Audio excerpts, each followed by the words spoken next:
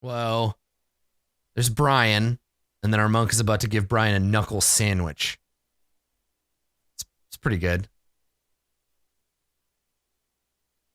Is this also the monk's friend? I mean, I don't know, maybe. Cool. And then we get into feats. Now, feats, again, there's so many of them, but feats come from your class, right? There are a general list that anyone can take. And then there are a whole bunch of feats that are modified by, and the idea is that feats, like when people look at this list, they're like, oh my God, so many feats. This is the core thing of the game, right? For character advancement. This is how you decide what direction you advance in and what ways that you advance throughout the game, right? So these things are core to character advancement. That's why there's so many of them, right? So very many.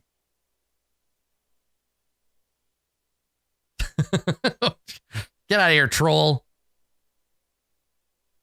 So many feats. No, I look at this and I think like, okay, this is sort of a daunting list, but as a player, I would look at this and be like, oh my God, I'm so excited.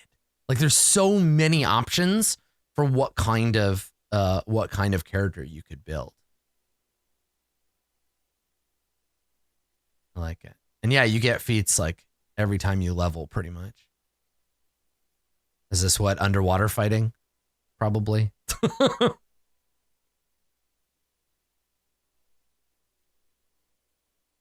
then we get into equipment.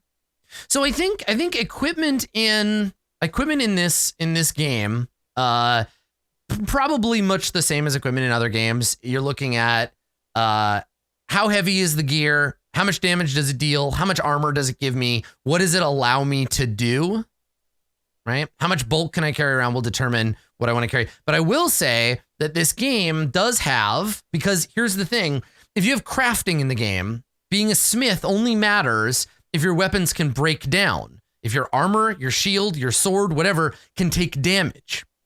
Because how many games have you played where you're like, all right, I'm going to build a character who can do crafting and stuff. And it's like, I can craft a longsword. And everyone's like, I have 1,000 gold. What do I need a longsword for? My sword never breaks. That's just not how it works. So being able to have an item taking damage and then have people fix it, right?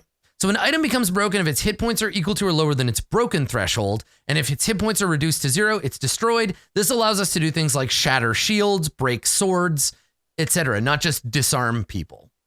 It shows us what we can do with 1 or 2 hands and what actions we need to interact with to do them. And then we can buy crappy items with less damage, but that cost less, right? So obviously armor, how fast do we put it on? How much do we take it off? Like how long does it take to take off? And let's look at some examples. So if you want to wear chainmail, you got to pay 6 gold. It gives you a +4 to your armor class. It caps your dex at 1 bonus. Check penalty to any skill that's related to armor is -2. -5 to your speed for wearing chainmail, because it's bulky, slows you down. You have to have a strength of 16 or higher to wear chainmail effectively. That's a big deal, right? And then it gives you 2 bulk. It is in the chain group, and it is flexible and noisy. Interesting. Where are armor tags? What does flexible and noisy mean? Armor traits. Here we go. Flexible. It doesn't hinder most actions. You don't apply its check penalty, acrobatics, or athletics. Okay, so that's flexible. And then it's noisy, but you do alert others when using the avoid notice exploration activity. Right. So it's jingly, but it's flexible. I like that. I like that it customized armor, because honestly, a lot of the time you just look for what is the best possible armor I can wear and then wear that. Ah, look at that. Comfort. If you're wearing padded armor or explorer's clothing, which gives you no armor, you can rest while wearing it. But if it doesn't have the comfort tag, there's a penalty to resting. Interesting. That's cool. Okay. And then what is bulwark? Covers you so completely it provides benefits against damaging effects. On reflex saves, to avoid a damaging effect, such as Fireball, add a +3 modifier instead of your Dex modifier.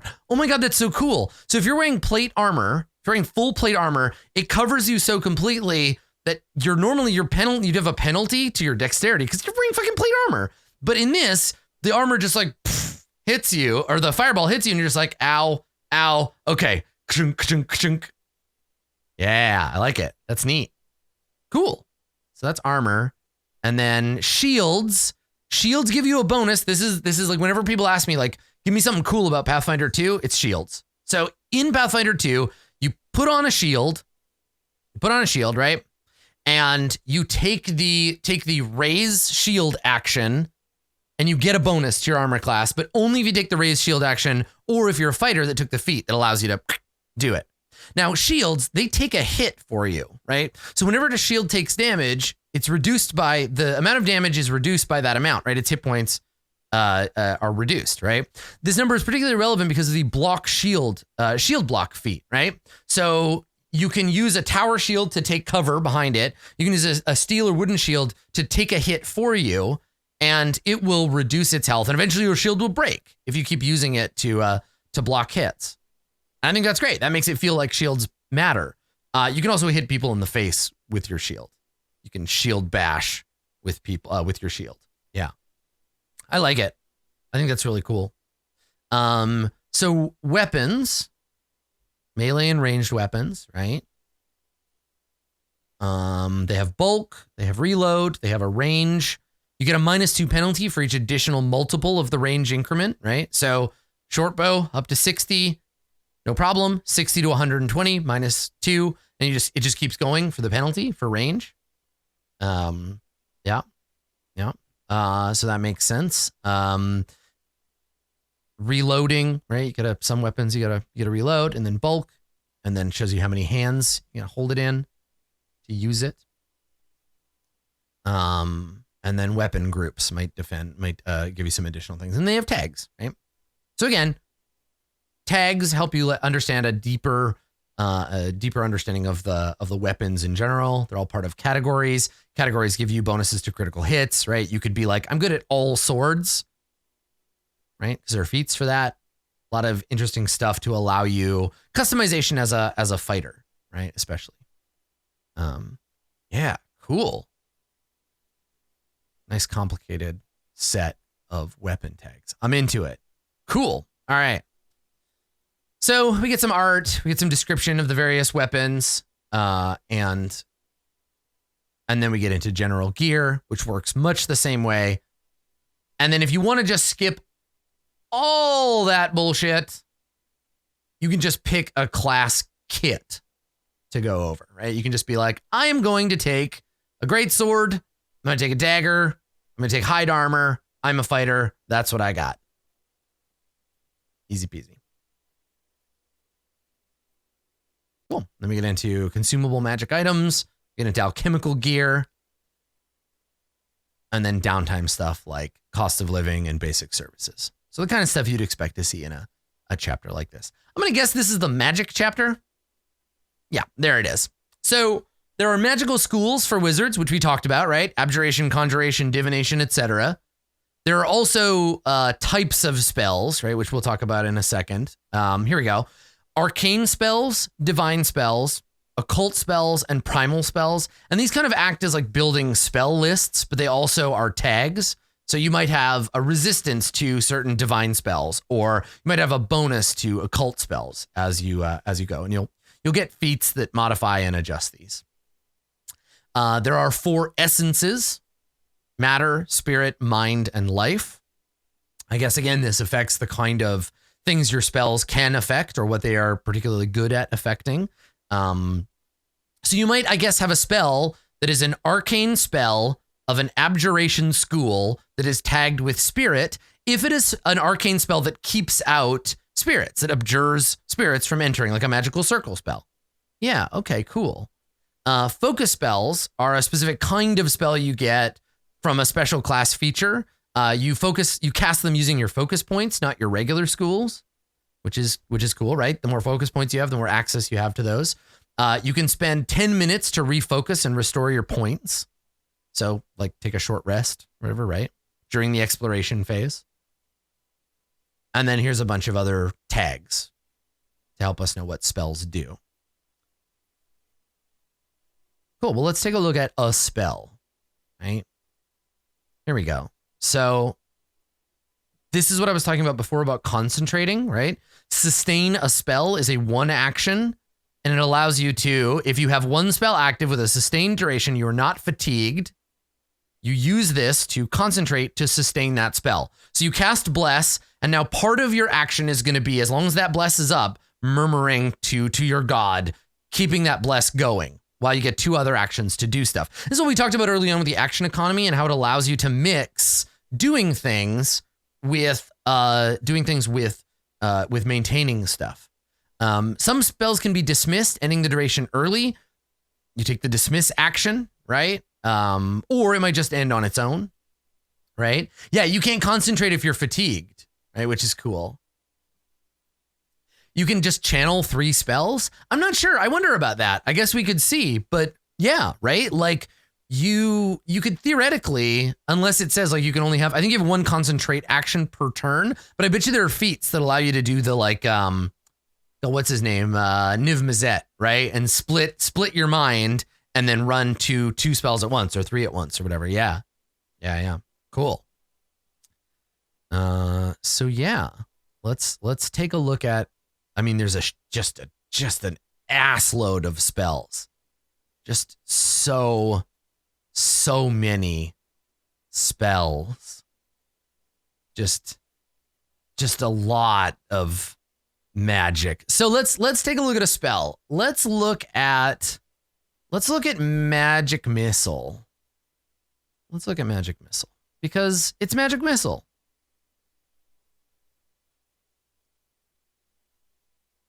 Oh yeah, what's he casting? What is that spell? Flame Strike maybe? Hot damn. Yeah, we'll look at Heal as well because Heal is like the core. All right, we'll stop on our way to Magic Missile and we'll take a look at Heal. So Heal is sort of the core spell for healing, honestly. I mean, it makes sense. So here's how Heal works. So Heal is a first level spell. It has the tags Healing, Necromancy, and Positive. It belongs to the divine and primal like traditions. You can cast it either 1, 2, or 3, right? 1, 2, or 3 different. So depending on how many actions you have, the range varies.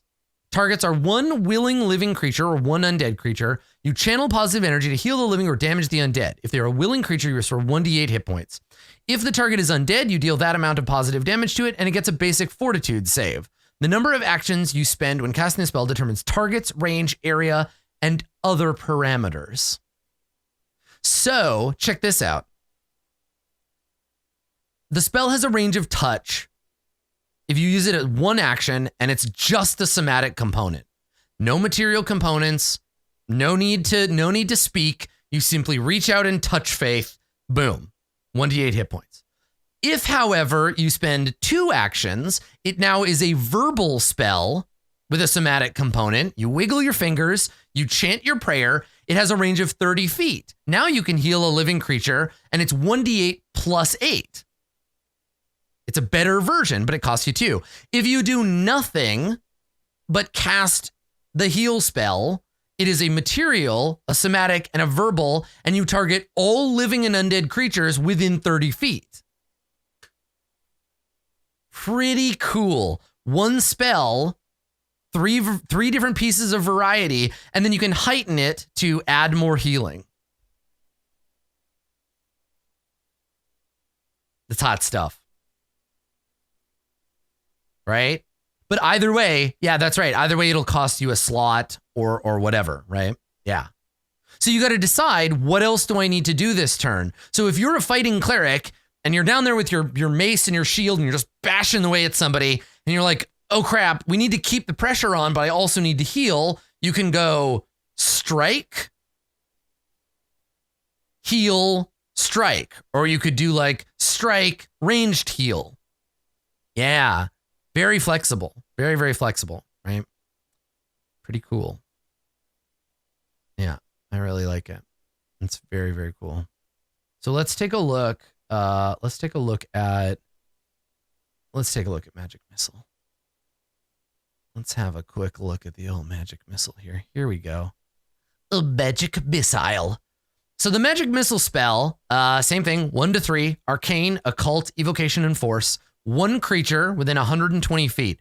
A dart of force that deals 1d4 plus 1 force damage. For each additional action, increase the number of missiles by 1, up to a maximum of 3 for 3. You choose the target for each missile individually. If you shoot more than 1 missile at the same target, combine the damage before applying bonuses or penalties to damage, resistant, weaknesses, or so forth.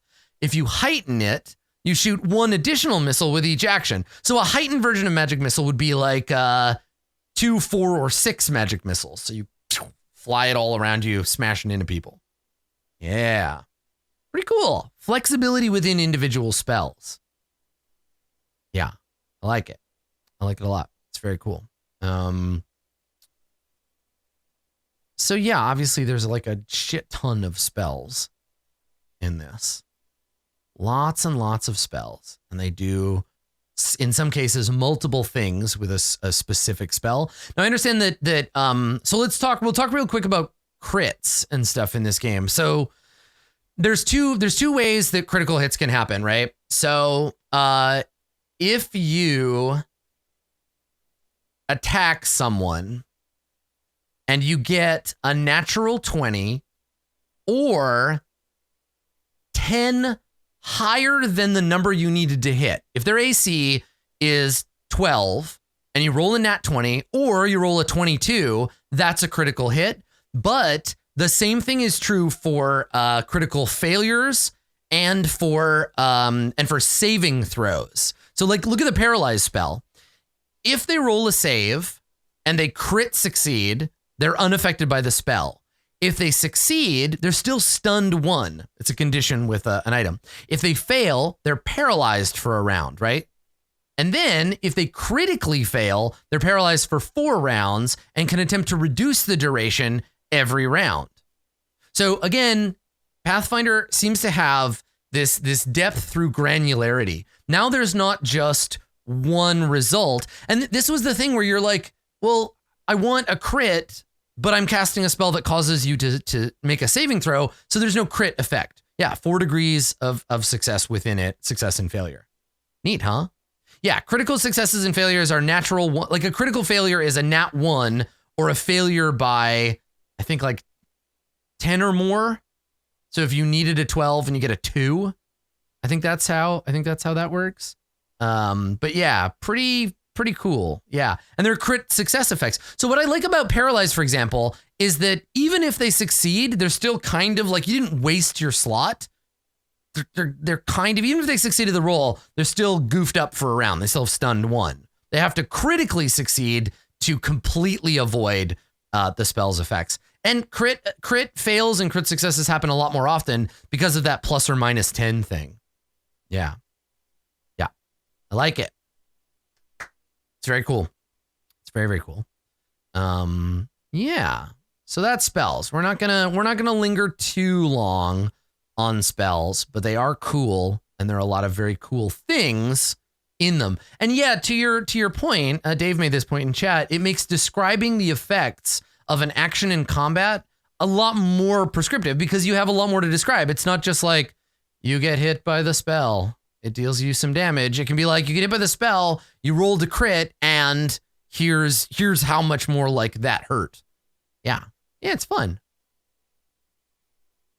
Spells. Spells.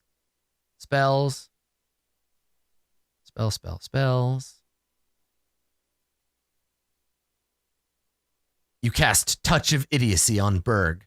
Nothing happens. Whoa. Was that vampire something? Vampiric exsanguination. All right. Pretty badass. Yeah. And then we get our focus spells that are for specific, and this is where they get really flavorful, right? Like Allegro, Dirge of Doom, Fatal Aria, which is a 10th level focus. You perform music so perfect the target may die of joy or sorrow. The effects of the spell, depending on the character's level and current hit points. 16th or lower, the target dies instantly. It's the most beautiful song in the world. If you are 16th level or lower, let me play for you, my lord. And then just death. That's, yeah, good. House of Imaginary Walls, Inspire. So these are all the focus ones, right? Bards, champions, clerics. Everybody gets some focus spells that are outside the normal list and that you cast with focus points. Yeah. Pretty cool. Pretty cool stuff. Got some druid stuff, some monk. See, even monks have like focus spells. Yeah. Wizards. And then rituals. So rituals are spells you don't cast during combat. They're spells that you cast during, I guess, the exploration phase. So they're spells for that phase. And these are things that normally like take a while, right? This is our rituals by level, planar ally, plant growth, resurrect, those sorts of things. And so those are ritual spells. Yeah. Could summon this dude, but you probably shouldn't. It's planar. Oh, they're binding them. Okay. Yeah, that's better. Cool. All right. So we get into our setting chapter. I'm going to skip this chapter because honestly, like, I know Galarian is a thing. It has a lot of like stuff going on in it, but I don't really want to like first look at this. If I were looking at this book in the game store, I would skip this chapter, right? It's not because it's not cool. It's not because it doesn't have anything good in it, but it's just because I don't normally focus on this as the first thing that I care much about, right? So I will skip over. We'll briefly take a look at the art as we go through, which is obviously very cool. Jesus Christ, Halloween Town. But yeah, for me, like it's not, the setting itself is not as important unless it's deeply, deeply tied to the mechanisms of the game, right? Ooh, look at all these different humans. Get these edgelords down here. Is that Jeremy Iron? Whoa, so many different kinds of humans. Yeah. Yeah, they're cool. And then I like that within these groups, there are subgroups too. Like Mwangi, it's not just the one. The Mwangi expanse is made up of the Bekyar, Bonawat, Mwaxi, and Zenj. And they have access to the Mwangi language. Yeah, baby. I was talking about this at TwitchCon with somebody, how it annoys me that common is the human language, right? And that there should actually be sub-languages. And I love the idea that, like, and I try to do this in Court of Swords, where it's like, yeah, the peasant is speaking a peasant sub-language that you've never heard before. So yes, you're both humans, but you don't understand them. Common is good, but I don't think it's like a default, right? Common is, it's French in the medieval times. It's like the language that most people know a little bit of, but it's not a great language, right? It's not an ethnic like language. It's not a language that's learned by a culture. It's a language we all agree to kind of talk because in this game, common is the trade language. Yeah. And it's not universal. You may not speak it. Yeah, exactly. But it's for fixing play, right? It's for making it that everybody can speak to each other. Yeah. So anyway, a lot of different humans, which is nice. And then we have the various in-species. Oh my God, look at that noble halfling. The various like in-game. Yeah, and look at all these regional languages. Very cool. Some various creatures. Some factions. I do love factions. And then our deities, like Asmodeus and Erastil. Right? Important if you're going to play a cleric.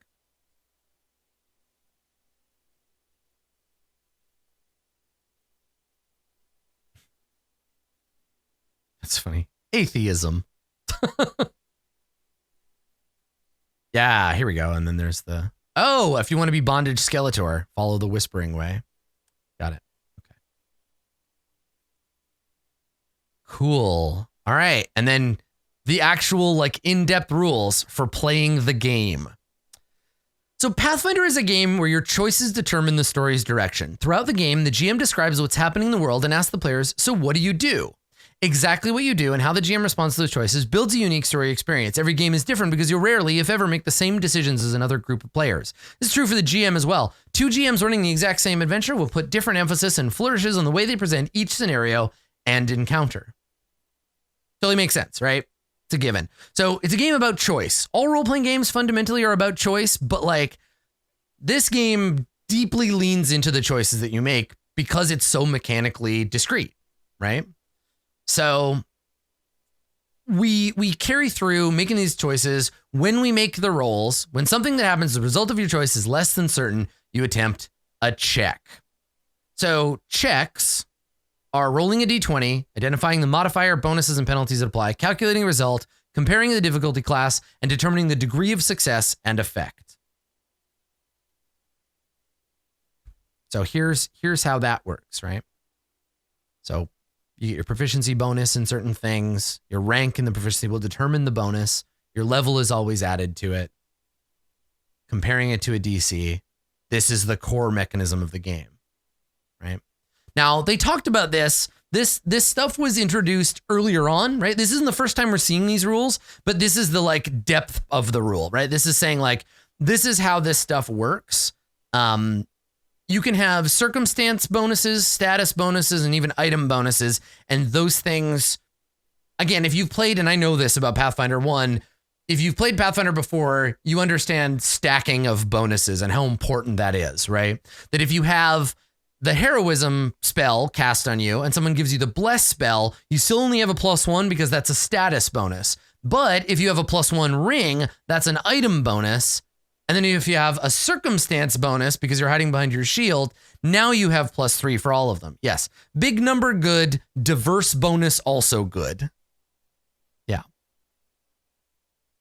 Yeah. And that's how that works. It is something that the math has been cleaned up somewhat, but yeah, that's how that goes. Multiple attack penalties is really important in combat because you can simply make the strike action over and over. But if you continue, you get -5, then -10. And often that second attack at -5 is still a pretty good call if you have nothing else to do, right? Taking like a free shot. Anything that has the strike tag, I think is how it works, introduces this multiple attack penalty. Yeah. Yeah. So stride is the movement action. Strike is the attack action. If you're striding, you might trigger an attack of opportunity, but if you take the step action, you just move 5 feet and then it won't trigger attack actions. So you could step away and then take the stride action and then take the strike action, right? That could be a thing. And juggling those action points. So perception is important because it's not only like one of the most important skills in this kind of game, right? Dungeons and exploring and adventuring. You got to be able to see and notice things, but it's also most often the check that you roll for initiative. Now, sometimes you're going to roll deception. Sometimes you're going to roll stealth, but mostly you are rolling perception for your initiative, which I think is cool because it's about mental acuity. It's about being like, oh shit, a fight is starting. Let's go. Yeah. And then this game has 3 saving throws: fort, reflex, and will. Fortitude, reflex, and will. And those things are what you use to make your base saving throws. Classes will give you expertise and training in certain abilities. Yeah. And then it talks about skill checks. So this is all just like basic mechanical stuff. How we do this. It talks to us about flat checks, which is like a death save in 5e is a flat check. It's just the d20 and you compare it.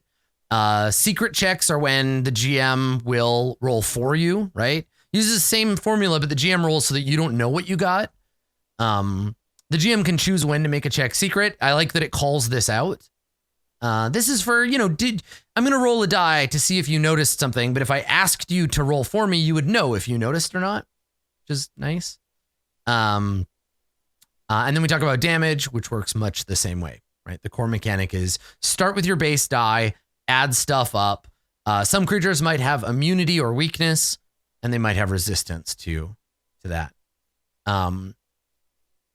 I quite like that there are types of damage, right? We talked about this, and this is a normal thing from most games. Bludgeoning, piercing, and slashing, different types of damage. But there's also alignment damage, right? You might have a sword that deals evil damage, which I think is super cool. It might deal mental damage or poison damage. It might deal bleed damage. These are damage types that that stack and then like stick around, right? And then precision damage is like rogue abilities, right? Increasing the damage by its own abilities. Yeah. Cool. And then this game uses conditions, right? Now we've seen this in, these are just conditions are tags for your characters.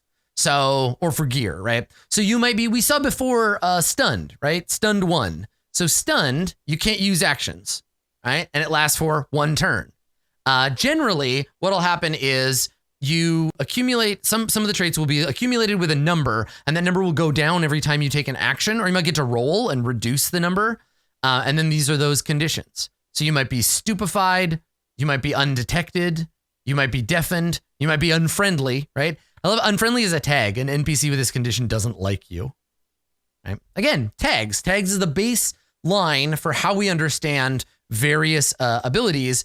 And in this, they are introduced with a duration, and then effects that last that long, they go down every turn. Yeah. Yeah, exactly. So here's a nice clear area of effect table, right? This is how we draw diagonals in this game. This is the kind of shit you want on the back of a Dungeon Master's screen, right? What does a 15-foot orthogonal cone look like? So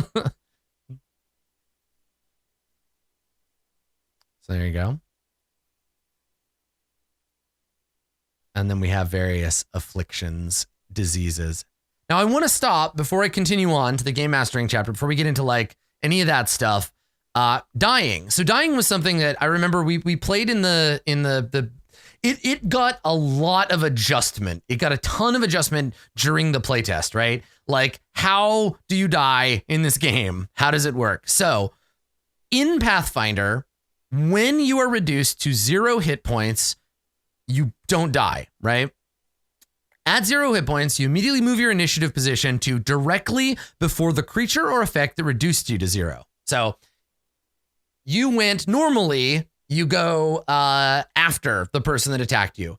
If they knock you out, you move your initiative so that you are now right before them. So that way you don't trigger dying on your next first turn. You have a full go around for your allies to try to help you. So it bumps you back to there. You're reduced to 0. You gain a condition called dying 1. If the effect that knocked you out was a crit, you are now dying 2. If you have the wounded condition, increase dying value by the amount equal to your wounded. So if you are wounded 1, and you die, you start at dying 2. If the damage dealt was non-lethal, you don't die. You're now unconscious. If you take damage while you're already got the dying condition goes up by 1 or 2 if it was a critical effect. If you have wounded, remember to affect that value, right? So if you're dying, here's your death saves. If you're dying at the start of each of your turns, attempt a flat check. This is your death save. D is equal to 10 plus your current dying value to see if you get better or worse. This is a recovery check. So if you have dying 2, you're rolling a flat D20. You need a 12 or better to get better. If you get a crit, dying value is reduced by 2. Success reduces it by 1. Failure is up 1. Critical failure is up 2.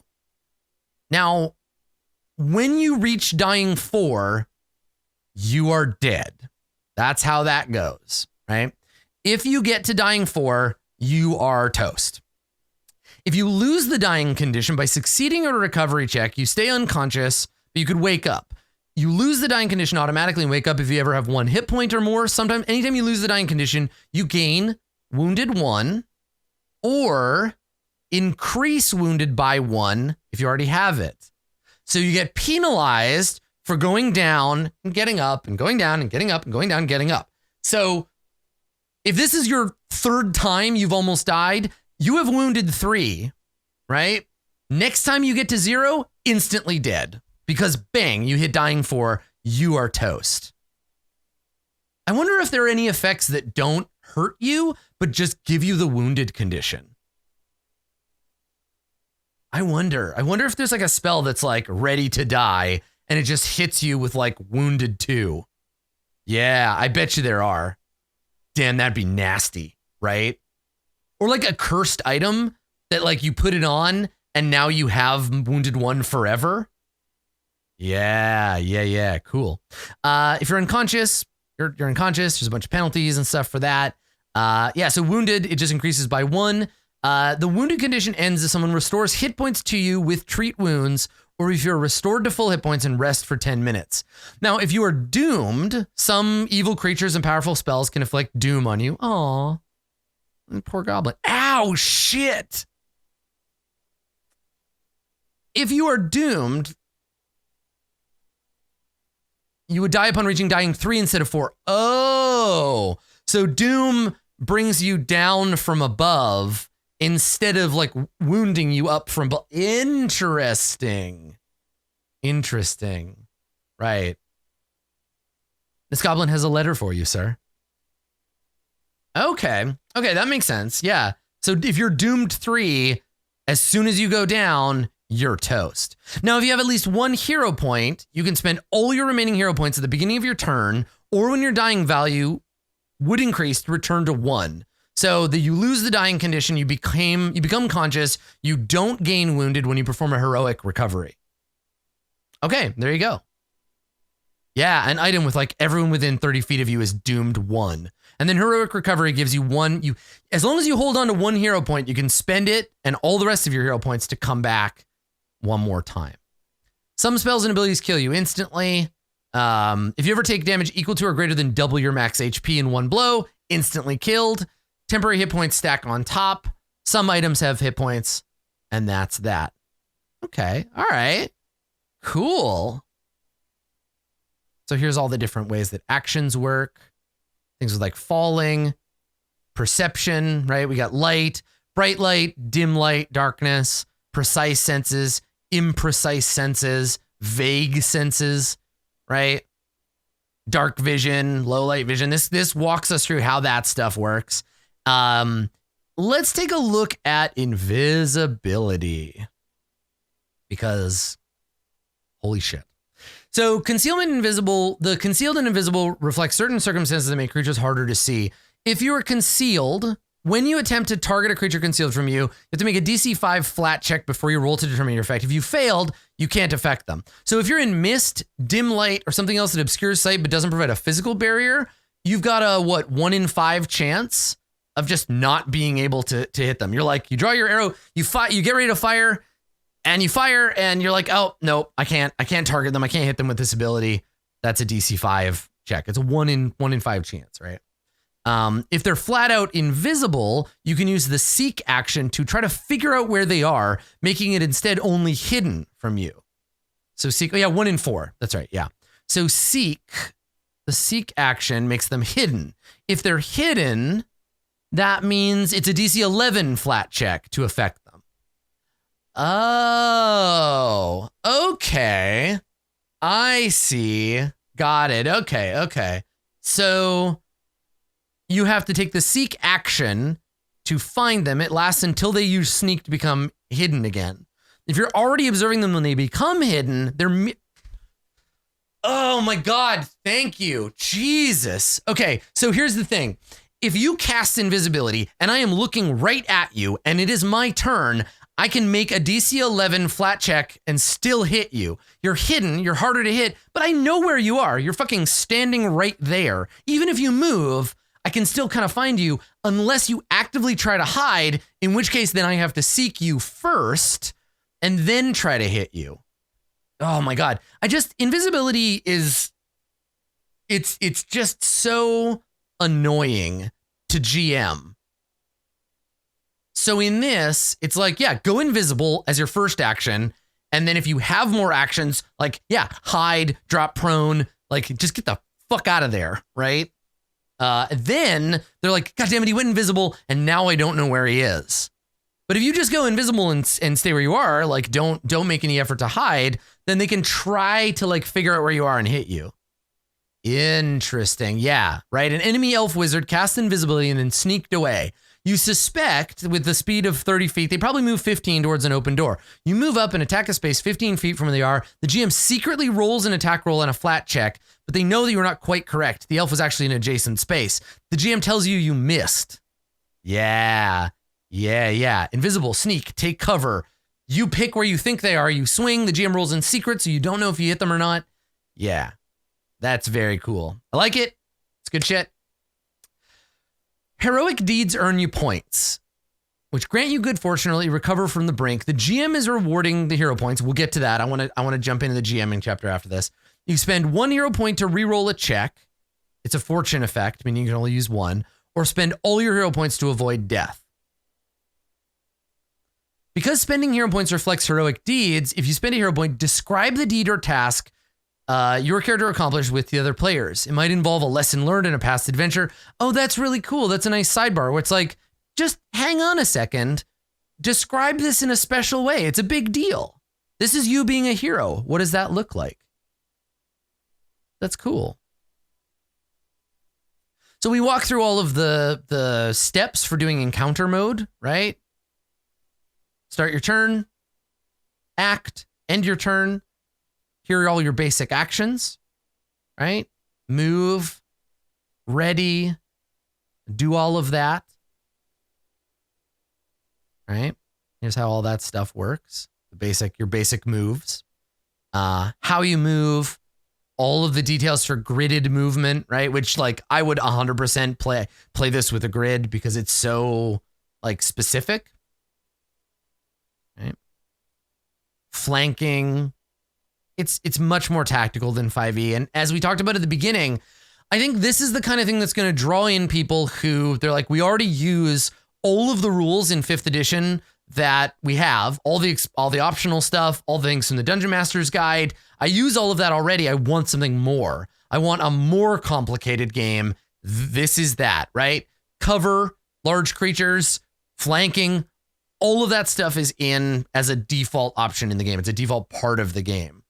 They give you options for exploration mode, which isn't just do whatever you want. It's follow these specific rules, right?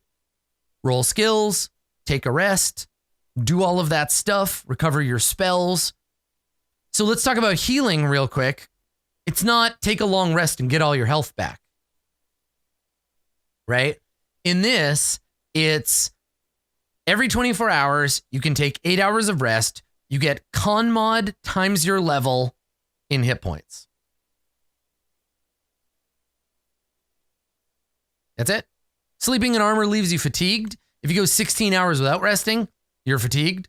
But yeah, taking a period of rest, 8 hours, you get con mod plus your hit points, which is why if the clerics have any spells left, they got to cast them before they recover all their spells. Yeah.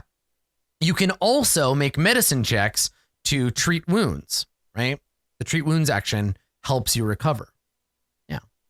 And then in downtime mode, it's day by day instead of minute by minute or scene by scene. So you take long-term rest. You can retrain your skills. You can swap out feats. You can make different class choices. What? That's so cool. So if you take a feat and you don't like it, take some downtime and then just retrain. Just do something different. That's so cool. So you're not locked in. It's not like, hell, I shouldn't have taken this feat. This sucks. So you can retrain. Let's see. Spend time learning from a teacher. Some abilities are difficult or impossible to retrain. A sorcerer can't retrain their bloodline, for example. You can't make choices you couldn't originally make when you selected the option. You can't exchange a 2nd level feat for a 4th level one. You can spend a week of downtime to swap out a feat. You could swap a skill feat for another one, but not for a wizard feat. Okay, so they have to stay structured. Okay. And then you spend a week of downtime to swap out a skill increase. Reduce your proficiency in one, increase it in another. Class features that require a choice. This lets you change a druid order or wizard school, for example. The GM will always tell you how long this takes, and it's at least a month. Because that's a big deal. Yeah. So while everybody else is out doing stuff, you're like, you know what? I don't want to be an abjurer anymore. I want to become an illusionist. Yeah. Well, and it's interesting. Killian says it's a lot of time, but it only matters if the game cares about time. The game cares about time because it's in the book. Spending a month of downtime, if I was GMing, means that's a month of like the GM's wheels turning, right? If you take a month of downtime, all the little fires are going to grow into medium-sized fires. The big fires you're ignoring, guess what you're doing as soon as you get out of downtime? That's right, front's going to front. We'll see what the GMing chapter says about that. Speaking of which, welcome to the GMing chapter. So what is a GM? My main stuff here is, what is the GM supposed to do? What tools does the GM have to do it? And what do we reward people for? How do we reward the characters who are playing this game? So telling the story of the group's adventures in a compelling and consistent way. Okay. Fleshing out the world in which the game takes place, emphasizing the fantastical while grounding it enough in the real world to feel believable. Entertaining the players and yourself with novel concepts and rewarding creative ideas and interesting outcomes. Preparing for game sessions by building or studying adventures and creating characters and plots. I got some of that to do this weekend. Improvising the reactions of non-player characters and other forces in the world as the players do unexpected things, and making rules decisions to ensure fairness and keep the game moving forward. This chapter provides the tools you need to shoulder those responsibilities.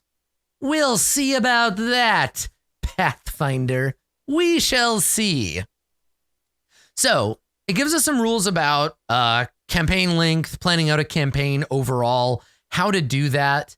The game straight up says you have the final say on the world and the rules function, but how you implement collaboration depends on your group. This is basically the little session 0 sidebar. Super smart. Expected duration, right? Things to talk to your players about, themes of your game.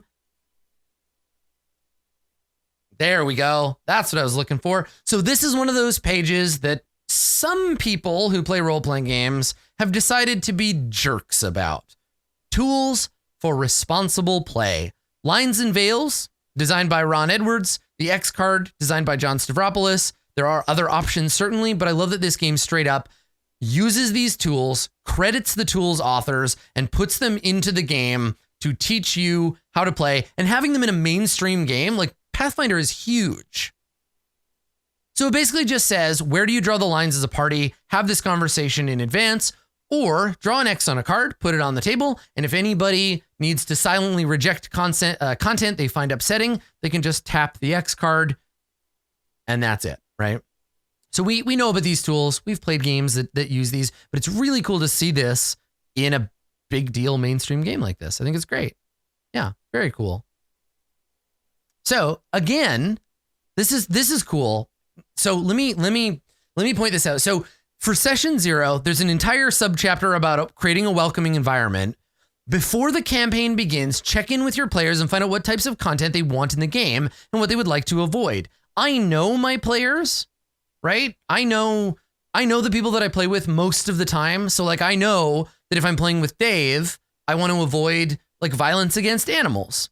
I will just not, I mean, if I want to show that a character is abusive to animals, I'm not going to have it like main on stage up front, because I know that's something that upsets Dave, right? That Dave doesn't want in the game, makes the game not fun, right? Elf and I have had to talk about like reining in like body horror, because we both really like it. We like describing like gross things, but our players don't necessarily enjoy that as much. So I've had to have that conversation, not like, Elf, you don't like this. For me, it's like, we need to work together to not be bad about this. This is a problem we both have. Let's work on it, right? Yeah, I think it's great. It's really cool. So the card in the X card, the idea is that if something happens in the game that someone is uncomfortable with, you can tap the card, and then everyone knows like that person is uncomfortable with it. We'll stop right there and we'll move on, right? Yeah. What I love about this, look at this, the Pathfinder baseline. This is so cool. So like, when you play this game, this is what we assume. This is the Pathfinder baseline. This is what the core game assumes you're going to play like, and any deviation from this, your group is going to need to pay extra attention. So in Pathfinder, bloodshed, injury, and dismemberment might be described. However, excessive description of gore and cruelty should be avoided. If you're playing Pathfinder, by default, this is what happens, right? Romantic and sexual relationships can happen in the game, but players should avoid being overtly suggestive. Sex always happens off screen because attempts at initiating a relationship between player characters can be uncomfortably similar to one player hitting on another. This should generally be avoided and is entirely inappropriate when playing with strangers. It's a good default assumption. If your game is going to be a little lewder than usual, or romance is an important part of your game and your group likes that, talk about it. Just be like, hey, so the Pathfinder baseline says that our characters shouldn't bone, but listen, I know this group and we're a horny bunch. Let's just discuss as a group, like, this is going to be a part of our game. Sexy content is a thing. Is everybody okay with that? We're going to have the X card in case it goes too far, but like, you know, this group's pretty thirsty. So let's talk about how that's okay in our group, even if it's not the baseline, right? In the same way with like bloodshed and injuries and dismemberment, you might want to say, this is the Pathfinder baseline, but let's treat it a little more like Xena Warrior Princess, right? Where like, we're not going to describe people getting their head cut off. There's not going to be a lot of bloodshed. It's going to be like, I deal 20 damage and he goes down and we know he's dead, but like, we don't need to describe the arterial spray, right? And then avoid excessively gross or scatological descriptions. Again, like this is the base default. Now I love this too. The following acts should never be performed by player characters. This is assuming that in the Pathfinder baseline, player characters will not torture, have non-consensual sexual contact or sexual threats, will not harm children, will not own slaves or profit from the slave trade, or perform reprehensible uses of mind control magic. Villains might do these things, but they won't happen on screen or be described in detail. Many groups choose to not have villains engage in these activities at all, keeping these reprehensible acts out of mind entirely. Torture happens in role-playing games all the time. Charm person. What is a reprehensible use of mind control magic, right?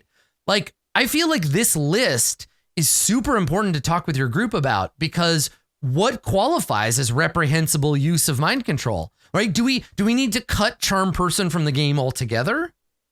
Yeah, it's interesting because it's like Pathfinder is saying we're not playing evil characters, but it's like you can play an evil character, but if you do, torture, non-consensual sexual content, harm to children, owning slaves, and mind control magic of a reprehensible use, off the table, right? Again, these things are not here to tell you your group has to play this way. It's to tell you, talk about this. This is what we want in the game. This is what we assume you will be doing. This is what you should do if you just want to run the game, right? But talk to your group, because your group might be like, oh, like I was going to play an enchanter who like manipulates people's minds with magic. What does that look like? Like, can we talk about this philosophically, like as a group? Is that possible? Is that if not, I'll make a new character concept, right? It's a baseline. Exactly. They're not, I mean, everything in this is, these are the rules, so play by them, but you and your group are allowed to drift, right? So this can be, you might want to go deeper into the dark side, but you might also want to deviate on the light side, right? Pathfinder occupies a very kind of like, okay, for example, let me draw a cultural analogy. If you are playing with a group of American players, and this is a huge, broad thing, but if your culture is North American, you are likely to be less upset or offended by bloodshed, injuries, and dismemberment than you are to feel uncomfortable with romantic or sexual relationships. But, for example, if you are a European player, your cultural baseline might shift the other direction. Your players might be more comfortable being like, yeah, my character gives your character a kiss on the cheek and says, I love you. But I might not want to hear about when we're in battle, how I cut an orc's head off. That might be upsetting, right? Yeah. So I think it's like, you want to have these conversations because where you're coming from, and not just you as a group, but individuals within the group might have a different comfort and interest baseline than anyone else, right? So that's the conversation. It's here to be like, This is what the game assumes. Go ahead and figure it out, right? And it's great. It's part of GMing. Take care of the people around you, right? I think it's great. There is an entire sidebar about characters with disabilities, right? That's cool. Here's some suggestions. So if you want to play a blind character or a deaf character or a character with a missing limb or the mental or chronic illness, here are tools for doing that in a way that mechanically is sound. Instead of just saying like, you can't play a character with a disability. We just don't care, right? You can't. But if you want to, here's your list of options for doing that, right? Yeah. I think that's really cool. I mean, I feel like if you, it's just a part of inclusiveness. This is as much a part of inclusiveness as showing art with a variety of ethnicities, right? And allowing for and encouraging players to think about their character's gender. It's all part of the same process, right? Yeah. Cool. So this is all stuff for running and planning sessions, building an encounter budget, right? How to like create that stuff. I'm holding off on most of this stuff because on the weekend, as part of Roll20Con, if you're watching this live, it's going to happen on the weekend. As part of Roll20Con, I'm doing an hour and a half of Pathfinder GM prep. Carlos and I are going to sit down and Roll20, and I'm actually going to prep for my one shot. So yes, you can tune in and watch me do that. So that'll be a separate stream. So that's a thing you'll get to see. So what I'm going to go looking for is now, how do we reward players? What are the players rewarded for? So this all seems to be like advice on how to run the game, and it looks great, but I want to know how much XP should our characters get, and what do they get XP for? And then hero points, what do we... Let's just pause a second. This art is amazing. So this is Amiri, the barbarian. She is swimming in what looks like the middle of the ocean. She is being ridden by a goblin alchemist. Literally, he's riding on her back and throwing bombs at a shark.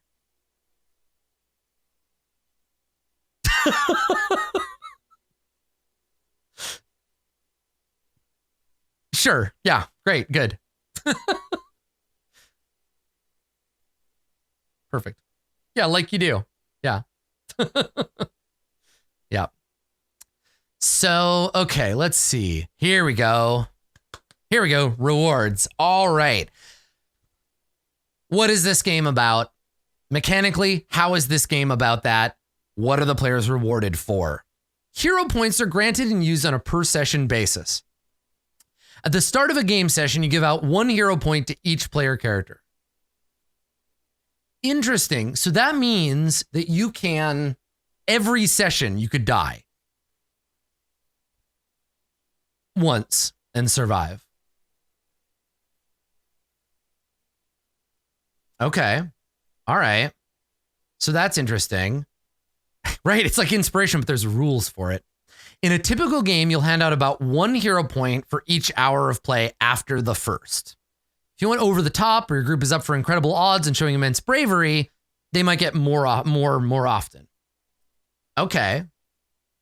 Brave last stands, protecting innocence and using a smart strategy or spell to save the day, could all earn a hero point. Look at those moments where everyone at the table celebrates or sits back in awe at a character's accomplishments. It's your turn. It's your cue to issue that character a hero point. Honestly, if I played this, I would just be like, Barry, here's some money. Make me an overlay where people can click a little hype meter for any given player. And if you get, I don't know, like 1,000 hype for doing an action, you get a hero point. I would literally just turn this over to chat. I can't be bothered to fucking watch this stuff. I would just love to have like a thing where you're just like, oh my God, click, click, click, click, click. Like they did so good. And like, you can give them, yeah.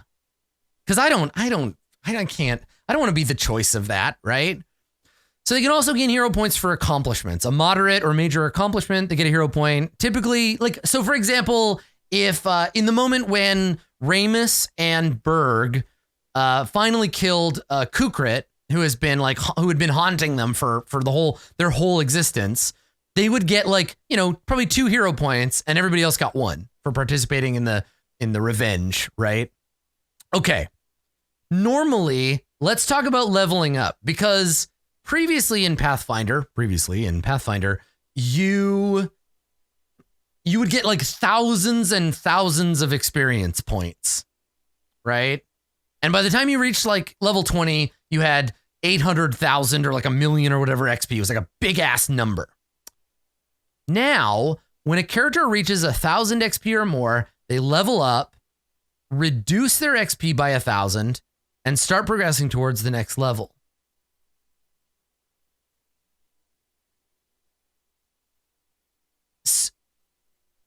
Interesting, so it doesn't scale. So like level 2, 3, 4, 5, 6, all of that stuff, it's always 1,000 XP. Right, you buy a level with XP. Experience points are rewarded for encounters, exploration, and progress in adventure. When PCs face direct opposition, the XP is earned based on the level of the challenge the party overcame.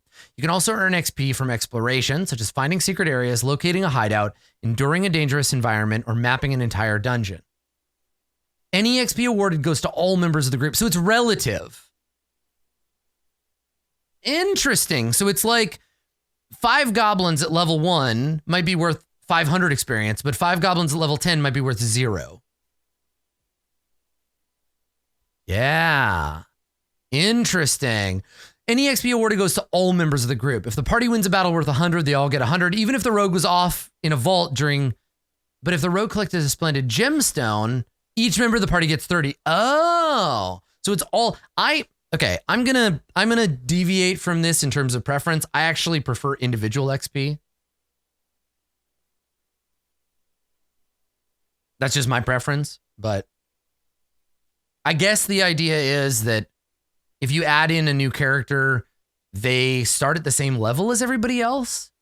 I don't know. I like personal XP because it allows you to award people for different things. Like what's important to a rogue is going to be a lawful evil rogue is going to be different than what's important to a neutral good fighter. Yeah, I tend to prefer that myself, but the baseline for the game, everybody rises at the same time. Yeah. Super depends, right? I guess the idea is you reward those things with hero points instead. So everybody's level is going up, but your hero points are like bumping up and down kind of as you, okay. Yeah, all right, I can kind of see that. That makes sense. Encounters with adversaries and hazards have a set amount of XP. When they overcome an encounter with a creature or hazard, they get XP equal to the total XP of the creatures and hazards in the encounter, including XP adjustment for part. Okay. Trivial encounters don't normally grant any XP, but you might if you want to. Accomplishments that move the story forward should be rewarded with XP. Interesting. Okay. All right. So like, and I wonder who determines that. I guess the GM does. Is it a minor? Oh, so the GM just, and you could turn this over to the players. What are your goals? Is it a minor, moderate, or major goal? How much are those worth? This is goals XP from Court of Swords, right? I mean, I didn't fucking invent this shit, but like, okay. It's up to you as the GM to hand it out. You'll typically give several minor awards, 1 or 2 major, or 1 or 2 moderate, and only 1 major, if any. Here's what they're worth. Got it. Okay. So a minor accomplishment is 10 XP. A moderate accomplishment is 30. A major is 80 and typically earns you a hero point. You might double dip if your major accomplishment is defeating an enemy of party level +3 for 120 experience. And then there's your hazards. Interesting.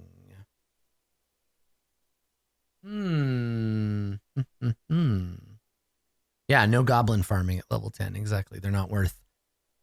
Now, is this adversary level? This is per character, like per enemy. We saw a little bit. If I scroll back, we saw a little bit about encounter building, right?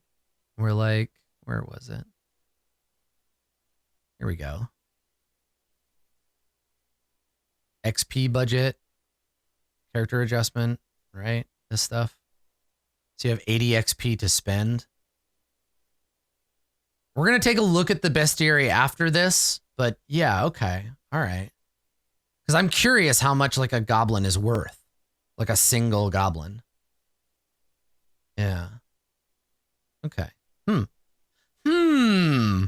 Interesting. Okay, so let's look. There's some other options for rewards here. Here we go. Okay, so then treasure by level, which is on a table here. Yeah, okay. By the time you reach, right, because magic items are hugely important on this in this game, right? So you should get, by the time you finish level 1, you'd have 175 gold.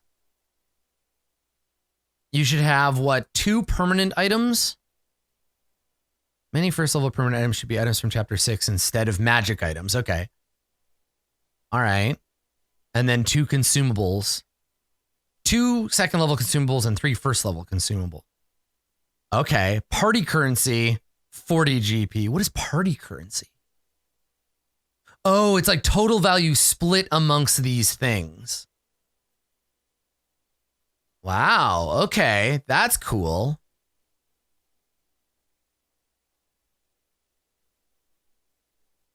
And then, yeah, obviously you can level faster or slower, right? 800, 1,000, 1,200. If you don't want to deal with managing and handing out XP, you can ignore XP altogether and just decide when they level up. Generally, every 3 or 4 sessions or just after the most appropriate big event that happens during the game. Oh, okay, all right. So it's milestone XP. Like the GM decides. I hate it. That's my personal, as a player, I hate it. As a GM, I'm like kind of fine with it. But as a player, I hate not being in control of the challenges I take on. I want to know, like, I want to be able to choose this encounter is much harder for me. I want to take it on so that I get a bigger reward. I believe in us. I think we could do this, right? I don't like the idea of like, well, what is the easiest way, the least risky way we can get through to the end of this chapter, right? Because then you avoid fights, you avoid fun, you avoid danger because that's not what you get rewarded for, right? Yeah, it kind of defeats strategy. I don't know. I know a lot of people who are more like narrativist approach to these games tend to prefer. I'm a gamist when it comes to Pathfinder or D&D at heart, and I prefer knowing how I level up. I want to push, right? Yeah, exactly. I want to get my Dan, I want to get my Dave, and I want the 3 of us to go on an adventure and kick the shit out of monsters that are way tougher than we are. Cool. And then there's character wealth for like starting characters at higher level. Very cool. And it looks like the rest of the GMing chapter is advice on creating environments and having rules for those specific things, designing hazards like traps, scything blades, spear launchers. This is basically a monster manual for traps. Oh my God, the Vorpal Executioner. Jesus Christ. Oh, the Armageddon Orb. Yeah, right. All right. Good. Fine. Terrifying.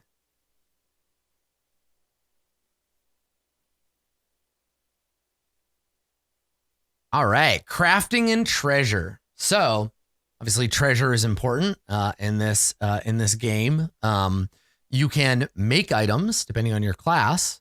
You can also obtain items. They work like abilities, right? You gotta use an action to use them.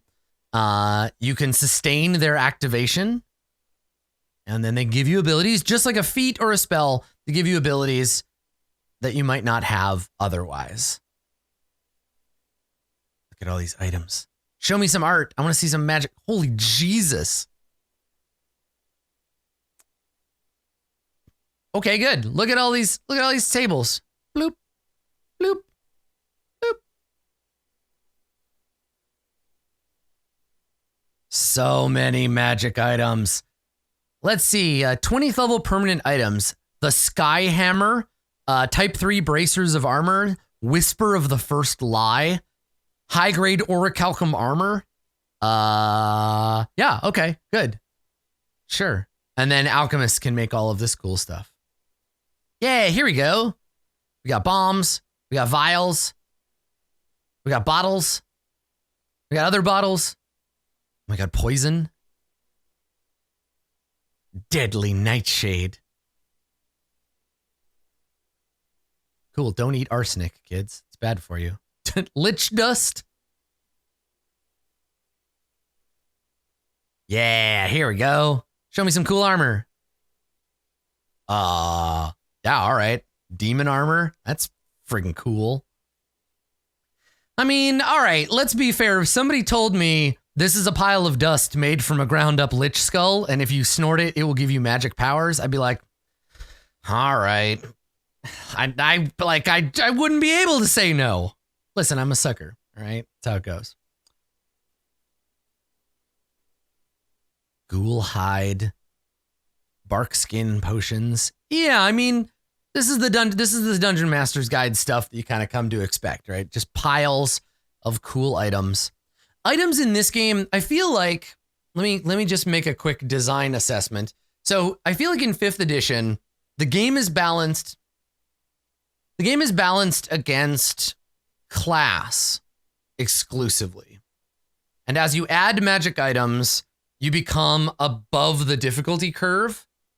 Whereas it seems to me in Pathfinder, they're balanced below the magical, right? Below magic item curve. And so you have to catch up with the difficulty curve by adding magic items. There's a marble elephant. I think that's kind of how it works. Yeah. You're expected, like in D&D, I barely ever hand out magic items because I forget to, because it doesn't really matter and the game's already so goddamn easy. But in Pathfinder, I feel like if you don't hand out items, you are going to get beat up pretty fast as you level. Ooh, runes. Oh, so this is like you can enchant existing items with runes. I mean, runes are a big deal to the Pathfinder world, right? There's that whole Rune Lords thing. Yeah. Damn, look at all this shopping we can do. What is that? Oh, it's a trap. It's a snare. Oh, cool. Magic staffs. Anathema, benediction. Oh, structures. Cool, a magic yurt. Good, cool. I like it. All right. And I really don't have time to go into the details of every single item, but like, yeah. Let's look at the art and then we'll talk about crafting. Cool goblin backpack. The inexplicable apparatus. Yeah, it sure is.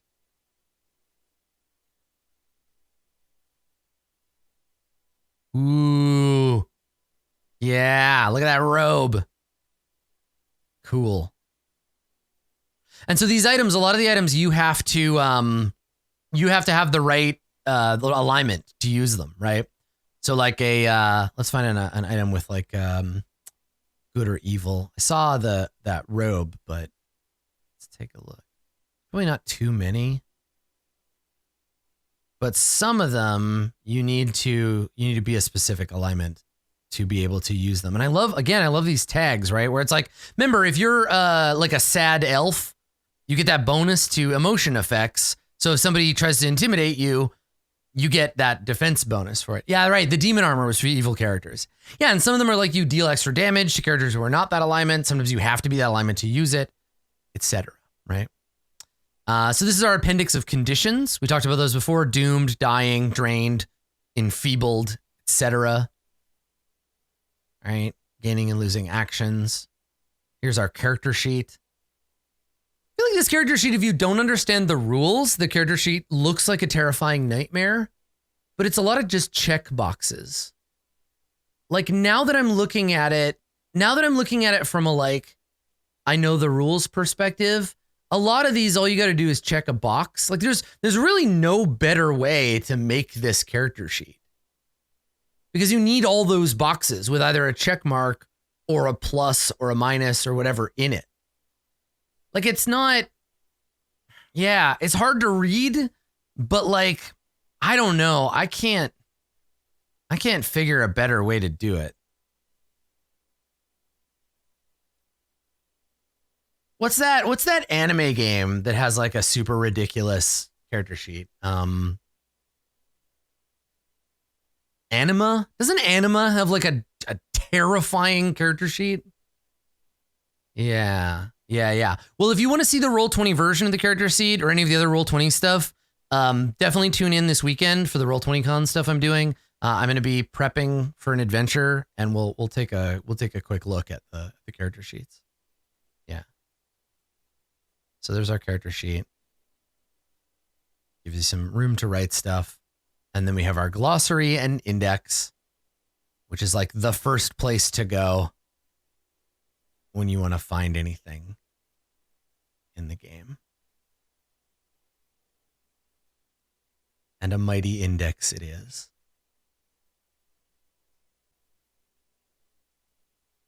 And that, my dear friends, 3 hours and 45 minutes later is Pathfinder 2nd Edition. It is a game that I am super glad that it exists. I think there's some really cool stuff in there. There's some things that I wish were portable into 5e. I think that I doubt that I'm likely to ever play like a campaign of this game because honestly, I'm like the Diablo 3 guy. I'm the one who, when Diablo 3 came out, I was like, oh, it's simplified. That's fun. Never really played Diablo 2. Definitely never going to play Path of Exile. But if you're a Path of Exile type player, this is probably for you, right? If this is the kind of game that you like, then obviously this is going to be the thing. Now, what I'm going to do is like a bonus to add on to the end of the stream here. I'm going to take a quick break. We're going to take 3 minutes. Stick around because when I get back, we'll do a little bonus content and we'll look through the bestiary. So if you want to see some good art and if you want to see some cool monsters, don't go anywhere, okay? Thanks for coming. This bit has been the first look at the Pathfinder 2nd Edition role-playing game. We will be right back with some super secret special bonus stuff.